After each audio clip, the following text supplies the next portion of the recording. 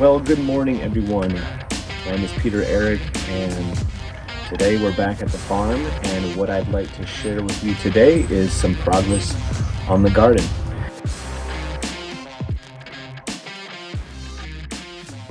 It's been, a couple months now from the beginning of our season to where we are today. Now, I'm a little bit behind, so not too much is going on just yet, but I'm still super excited here in the late stages of July. If you're just catching me for the first time, this is a 20 by 20 urban farm that we're building. This is the first season that we've broken ground. We had the build out, and then we had some of the infrastructure build out. And this third video here is just an update of what Mother Nature has been doing since I last spoke with you. So let's go take a look at all the vegetables and fruits that we have planted, looking at all of our alleys and our structure ways, and overall, let's just take a look at the health of the farm. All right, let's go take a look. Okay, so in our first alleyway here, I've got kale, we have borage, we've got tomatoes. These are our indeterminate tomato variety. On my right, I've got peppers, hot peppers that are growing on, shishito peppers. I've got sorrel that's going on, perennial crops and annual crops all mixing in. We have our second cattle paddle. And then back over here, we've got peppers, and we even have some chickpeas. So trying a variety of different things just to see how they all do and how they all connect within the garden space. I'm going to be coming here now and filling in some things down at the lower levels of our canopy system that we have here. I do have some onions on the back end here. Now, on the count for tomatoes, I've got 120 tomatoes right now that are still green and ready to be harvested in a couple weeks now. So super excited. Well, let's go on over to the next alleyway. Well, the next alleyway is doing phenomenal.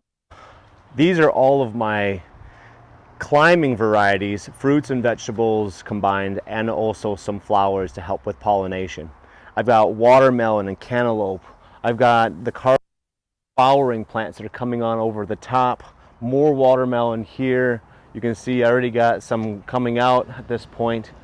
We've got green beans, different varieties here, which I'll be putting some more green beans here on the other side here, starting later this week. I've got spaghetti squash on my right. I've got more cantaloupe here on my left-hand side. Then we go into our squashes.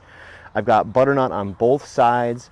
Last row here, I've got cucumbers on my left and cucumbers on my right, and they're just kind of kicking in, but we do have at different stages. Hopefully we'll be having a season full of climbing varieties like spaghetti squash. All right, let's head over to the next alley.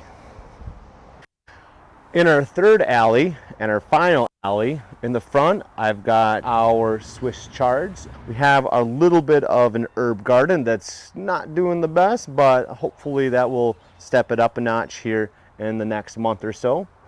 Now we have cherry tomatoes that are on the panel, as well as some spring onions. During the course of the year, I didn't know how much I was going to be able to handle, so I did leave some areas bare, but now we're just waiting for the produce to do its thing.